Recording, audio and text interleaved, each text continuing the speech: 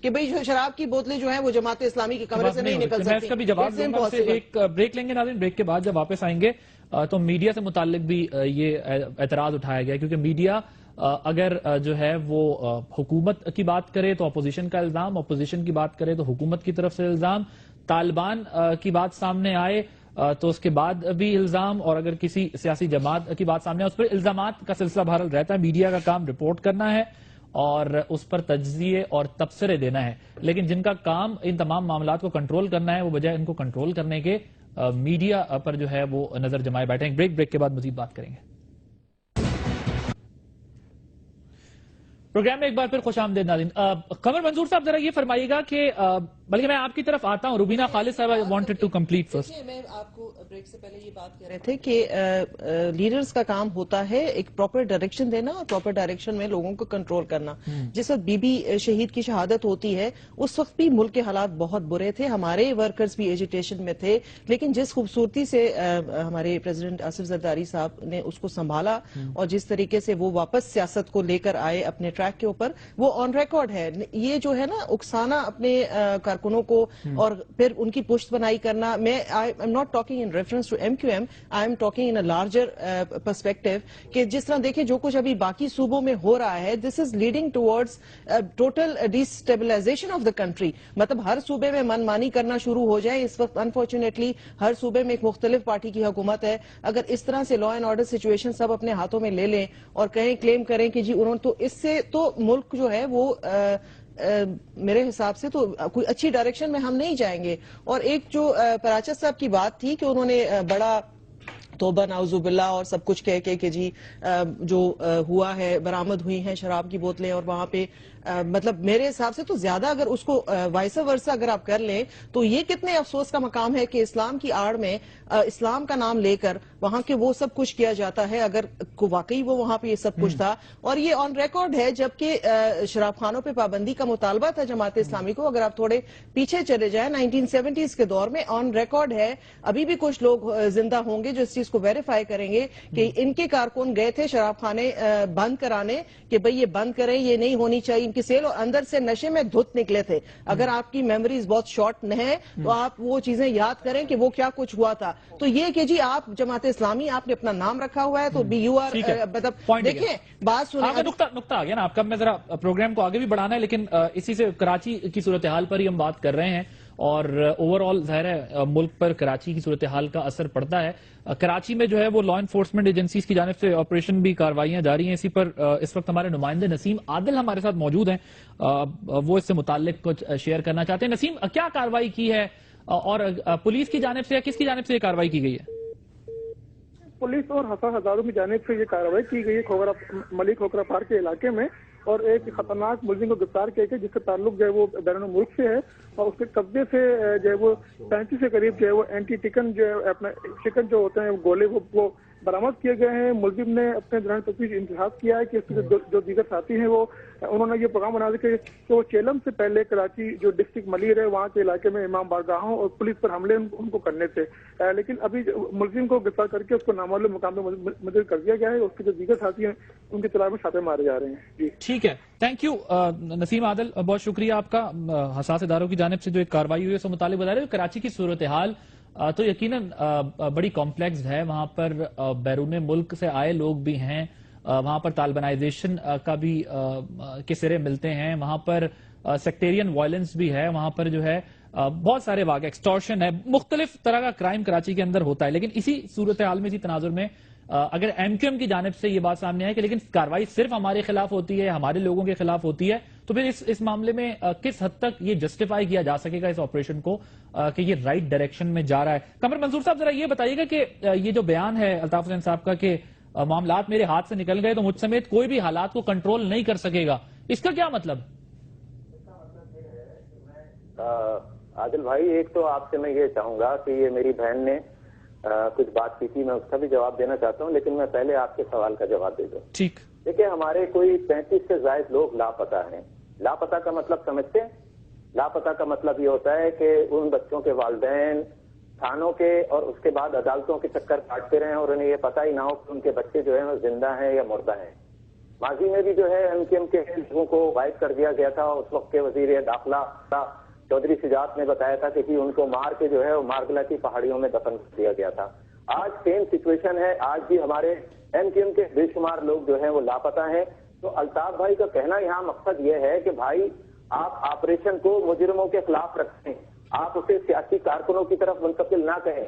آپ کے پاس اگر آپریشن کے مقاصد جو ہیں اگر سیاسی ہوں گے تو پھر شہر میں یہ ہوگا. ابھی آپ سے میں نے ریکویسٹ کی تھی جب میں آپ سے بات کر رہا تھا پچھلے سیشن میں, تو میں نے آپ سے کہا تھا کہ کراچی میں سیکریٹیرین بنیاد پر, فرقہ وارانہ بنیاد پر بہت زیادہ قتل عام ہو رہا ہے. اور ہم نے جب آنکھ کھولی تو اس شہر کے اوپر جماعت اسلامی اور JUP کا غلبہ تھا. آدھا شہر جماعت اسلامی کا حامی تھا, آدھا شہر JUP کا حامی تھا. اور ہم نے اس کراچی شہر کے اندر شیعہ اور سنی کے نام پر فساد دیکھے, گھروں کو اور محلوں کو, بازاروں کو جلتے ہوئے دیکھا, کرتے لگتے ہوئے دیکھا. لیکن الحمدللہ جب سے MKM وجود میں آئی ہے, الطاف بھائی نے, ابھی میری بہن نے کہا کہ شاید انہوں نے اپنے کارکنوں کو اکسایا. الطاف بھائی نے اپنے کارکنوں کو نہیں اکسایا. الطاف بھائی نے تو اپنے عوام کو سمجھایا ہے. یہی وجہ ہے کہ کراچی میں تمام بینڈ آؤٹ فٹ موجود ہیں. یہاں سپاہی صاحبہ موجود ہے, یہاں لشکر جنگ بھی موجود ہے, یہاں جماعت اسلامی کے بہت سارے ٹیررسٹ پکڑے گئے جن پہ الزام ہے تو انہوں نے کور کمانڈر پر حملے کیے ہیں, انہوں نے دیگر کام کیے ہیں, انہوں نے فوج پر, پولیس پر, رینجرز پر حملے کیے ہیں. لیکن میں آج سے یہی تو ریکویسٹ کر رہا ہوں کہ کراچی کے اندر پورے پاکستان کا کرمنل آ کے اپنی کاروائیاں کر رہا ہے.